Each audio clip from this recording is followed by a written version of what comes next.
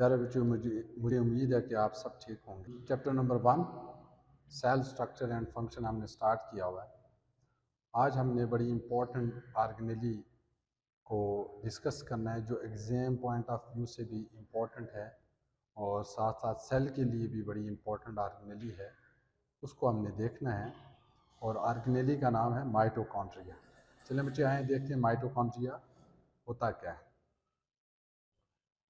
देखिए, माइटोकॉन्ड्रिया का जो पुराना नाम था वो बायोब्लास्ट था।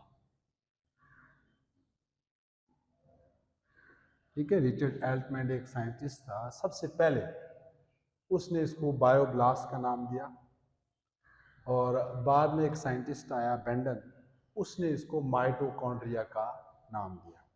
ठीक है, माइटोकॉन्ड्रिया से क्या मुराद है? देखिए, इसका मतलब होता है वेजिकल लाइक या रॉड लाइक। इसका एक मतलब ये भी समझा जाता है, माइट का मतलब ताकत। तो जब हम इसको वो माइक्रोस्कोप के नीचे देखते हैं, लाइट माइक्रोस्कोप के नीचे देखते हैं, तो ये हमें वेजिकल या रॉड की तरह दिखती है, इसीलिए हम इसको माइटोकॉन्ड्रिया कहते हैं। माइट माइट क्यों कहते हैं इसको? क्योंकि ये सेल को एनर्जी प्रोवाइड करती है in the form of ATP, इसीलिए माइट भी इसको कहा जा सकता है। अगर अकरेंस की बात करें कि जितने भी यूकैरियोटिक सेल्स हैं ये सारे यूकैरियोट्स में पाई जाती है, प्रोकैरियोट्स में ये ऑर्गेनेली एब्सेंट होती है। और इसकी जो शेप है ये रॉड शेप है। रॉड से क्या मुराद है? ऐसी चीज जिसकी लेंथ भी हो और विड्थ भी हो, उसको आप रॉड कहते हैं। तो ये एक रॉड शेप्ड ऑर्गेनेली।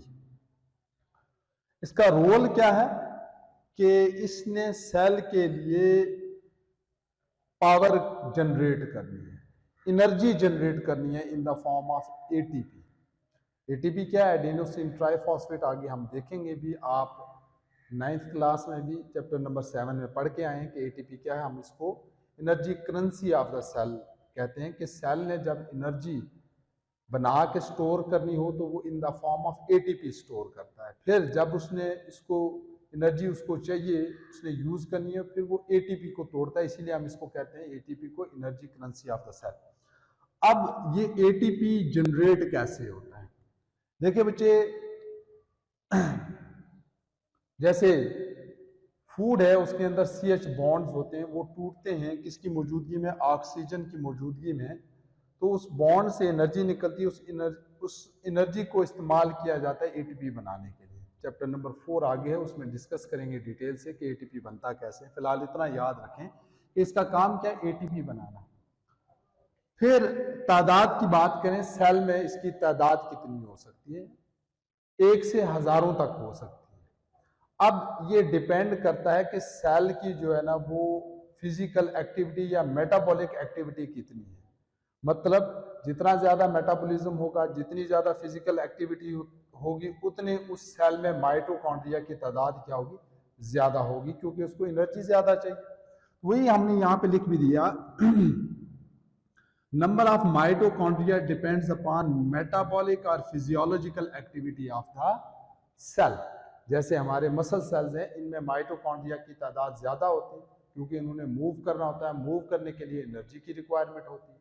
इसी तरह आपसे ये सवाल पूछा जा सकता है, हाँ जी, कि एक मसल सेल है, एक नॉर्मल सेल और कोई सेल दे देगा, आपसे पूछेगा कि इन दोनों में से बताएं कि तादाद माइटोकॉन्ड्रिया की किस में ज्यादा हो सकती है? तो डेफिनेटली मसल सेल। इसी तरह विंग्स ऑफ बर्ड में सबसे ज्यादा आप कह सकते हैं, क्योंकि उन्होंने फ्लाई करवाना होता है बर्ड को, तो वो हर वक्त उन्होंने फ्लैप करना होता है, तो फ्लैपिंग के लिए एनर्जी की जरूरत होती है। तो डेफिनेटली विंग्स ऑफ बर्ड में जो माइटोकॉन्ड्रिया की तादाद होगी वो ज्यादा होगी। अगर स्ट्रक्चर की बात करें तो आए देखते हैं डायग्राम भी साथ साथ, कि ये डबल मेम्ब्रेन बाउंड ऑर्गेनेली है। एक ये ब्लू कलर में मैंने यहां पे ड्रा की है, ये इसकी आउटर मेम्ब्रेन है। ये जो आउटर मेम्ब्रेन है बच्चे, ये स्मूथ होती है। उसके बाद ये ब्लैक कलर में ये फोल्डेड सी जो मेम्ब्रेन है, इसको हम इनर मेम्ब्रेन बोलते हैं। जो इनर मेम्ब्रेन है ये स्मूथ नहीं होती, ये काफी ज्यादा फोल्ड्स बनाती है। ठीक है, अब इनर मेम्ब्रेन और आउटर मेम्ब्रेन के दरमियान में ये जो स्पेस है, जगह है, इसको इंटर मेम्ब्रेन स्पेस कहते हैं। ठीक है। और इनर मेम्ब्रेन के अंदर वाली साइड पे जो है ना वो एक फ्लूइड होता है जिसको हम माइटोकॉन्ड्रिया का मैट्रिक्स कहते हैं। अब इस फ्लूइड के अंदर क्या क्या है? इस फ्लूइड के अंदर जो है ना वो डीएनए पड़ा हुआ है, इस फ्लूइड के अंदर राइबोसोम पड़ा हुआ है, इस फ्लूइड के अंदर एंजाइम्स पड़े हुए, इस फ्लूइड के अंदर कोएंजाइम्स पड़े हुए। तो ये कंपोजिशन है किसकी? मैट्रिक्स की। तो देखिए बच्चे, beneath inner membrane there is a fluid called matrix. It is composed of DNA, ribosome, enzymes, coenzyme. अब देखिए बच्चे, अगर आपसे पूछे कि डीएनए किन ऑर्गेनेलीज में पाया जाता है, देखें एक तो न्यूक्लियस में भी पाया जाता है, वो मेन डीएनए जो सेल का होता है। इसी तरह माइटोकॉन्ड्रिया और क्लोरोप्लास्ट, ये दो वो वाहिद ऑर्गेनेलीज है जिनका अपना डीएनए होता है और अपने राइबोसोम्स होते हैं। ये बात आप याद रखें। फिर मैंने आपसे कहा था जो इनर मेम्ब्रेन है ये फोल्ड होती है, इन फोल्ड्स को हम क्या कहते हैं? क्रिस्टी कहते हैं। तो inner membrane is highly convoluted. Convoluted का मतलब होता है मुड़ा हुआ, जैसे यहाँ पे देखें ये मुड़ी हुई है, तो इन मुड़ी हुई जगहों को आप क्या कहेंगे? क्रिस्टी कहेंगे। तो क्रिस्टी से छोटी छोटी नॉब लाइक एक्सटेंशन होती निकलती है, उन नॉब लाइक एक्सटेंशन को आप F1 पार्टिकल्स कहते हैं।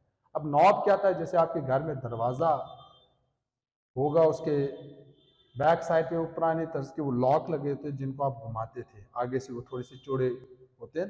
तो नॉब की तरह का स्ट्रक्चर है जिसको आप क्या कहते हैं? F1 पार्टिकल्स कहते हैं।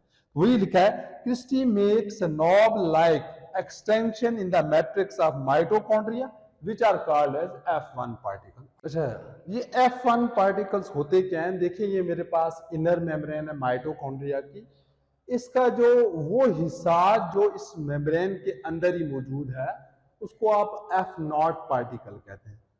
F का मतलब है फ्रैक्शन, फ्रैक्शन का मतलब है पार्ट, वो पार्ट जो मेम्ब्रेन के अंदर ही रहा, वो जो मेम्ब्रेन को रप्चर करके बाहर निकला उसको आप क्या कहते हैं? F1 पार्टिकल कहते हैं। बेसिकली इसको ऑक्सीसोम भी कहते हैं, क्योंकि ऑक्सीजन की मौजूदगी में, ये बेसिकली एंजाइम है, ऑक्सीजन की मौजूदगी में ये एटीपी की सिंथेसिस करता है या फॉस्फेट की एडिशन करता है, इसीलिए हम इसको ऑक्सीसोम भी कहते हैं। अच्छा, mitochondria is a self replicating organelle. इससे क्या मुराद है? कि ये अपनी कॉपी खुद ही बना सकता है, इसको सेल के मेन डीएनए की जरूरत नहीं पड़ती, क्योंकि इसके पास अपना डीएनए है, अपना राइबोसोम है, इसीलिए ये अपनी कॉपी, अपना नंबर खुद ही बढ़ा सकता है, अपने आप को खुद ही कॉपी कर सकता है, इसीलिए हम इसको क्या कहते हैं? Self replicating organelle. तो हमारे पास दो ऑर्गेनेलीज है जो सेल्फ रेप्लिकेट, एक माइटोकॉन्ड्रिया और एक क्लोरोप्लास्ट। क्यों? दोनों के पास अपना डीएनए है और अपना राइबोसोम है। It has its own DNA and ribosome and reproduces independently of cell, यानी सेल के मेन डीएनए के ऊपर ये डिपेंडेंट नहीं होता अपनी रेप्लिकेशन के लिए, इसीलिए हम इसको सेल्फ रेप्लिकेटिंग ऑर्गेनेली भी कहते हैं। अच्छा, अब इवोल्यूशन ऑफ माइटोकॉन्ड्रिया की बात करें, जिसको हम कहते हैं इवोल्यूशन ऑफ यूकैरियोट्स भी आप कह सकते हैं, फ्रॉम प्रोकैरियोट्स, कि माइटोकॉन्ड्रिया कैसे इवॉल्व हुआ, इसका ओरिजिन कैसे हुआ। देखिए ये एक हाइपोथेसिस है, इसके मुताबिक एक लार्ज एनारोबिक बैक्टीरिया था और एक स्मॉल एरोबिक बैक्टीरिया था। एनारोबिक बैक्टीरिया वो वाला बैक्टीरिया जो ऑक्सीजन की एब्सेंस में खुराक को तोड़ता था या ऑक्सीजन की एब्सेंस में एटीपी की जनरेशन करता था, और वो जो ऑक्सीजन की मौजूदगी में खुराक को तोड़ता था या ऑक्सीजन की मौजूदगी में एटीपी की सिंथेसिस करता था, उसको आप एरोबिक बैक्टीरिया कहते हैं। तो लार्ज एरोबिक बैक्टीरिया ने स्मॉल एरोबिक बैक्टीरिया को इनगल्फ किया, या इसको आप फैगोसाइटोसिस कहते हैं। सॉलिड चीज अगर कोई सेल के अंदर जा रही हो उसको आपने कहा था फैगोसाइटोसिस। देखें ये वेजिकल बना और वेजिकल बना के जो है ना वो ये अंदर चला गया। अब ये हमारे पास एरोबिक बैक्टीरिया, ये जो ब्लैक कलर है आपको नजर आ रहा है, ये अपने साथ इसकी मेम्ब्रेन को भी लेके गया है, वेजिकल की सूरत में गया। अगर आपको वेजिकल का आइडिया नहीं है, पीछे रिसेप्टर मीडिएटेड एंडोसाइटोसिस वाला लेक्चर देखें। तो इसको डाइजेस्ट करने के बजाय इसने इसको अपने अंदर स्टेबलाइज किया और इन दोनों के दरमियान सिम्बियोटिक रिलेशनशिप कायम हो गया, यानी बेनिफिशियल एसोसिएशन कायम हो गया। ये जो लार्ज बैक्टीरिया था इसने इसको जो है ना वो ग्लूकोज देना स्टार्ट कर दिया, ठीक है, ऑक्सीजन देना स्टार्ट कर दी और बदले में ये इसको एटीपी बना के देता। तो अब हम ये कह सकते हैं, देखें अगर इस हाइपोथेसिस की, इसको हम कहते हैं एंडोसिम्बियोंट हाइपोथेसिस, तो ये हमें करेक्ट भी दिखाई देता है। कैसे? अगर आज हम देखें तो माइटोकॉन्ड्रिया डबल मेम्ब्रेन है, तो इसकी भी क्या है, डबल मेम्ब्रेन है जब ये अंदर गया। फिर इसका अपना डीएनए है, अपना राइबोसोम है, और इसका जो डीएनए है और राइबोसोम है वो बैक्टीरिया के डीएनए और राइबोसोम जैसा ही है तकरीबन। ठीक है, इसलिए हम कहते हैं कि ये हाइपोथेसिस को ठीक माना जाता है। तो large bacteria did not digest small one but develop symbiotic relationship. Large bacteria provided ample nutrients to small one which generated ATP. ठीक है, तो ये हमारे पास आज का लेक्चर था। तो इंशाल्लाह आपसे फिर दोबारा मुलाकात होगी। अपना ख्याल रखिएगा। अल्लाह हाफिज़।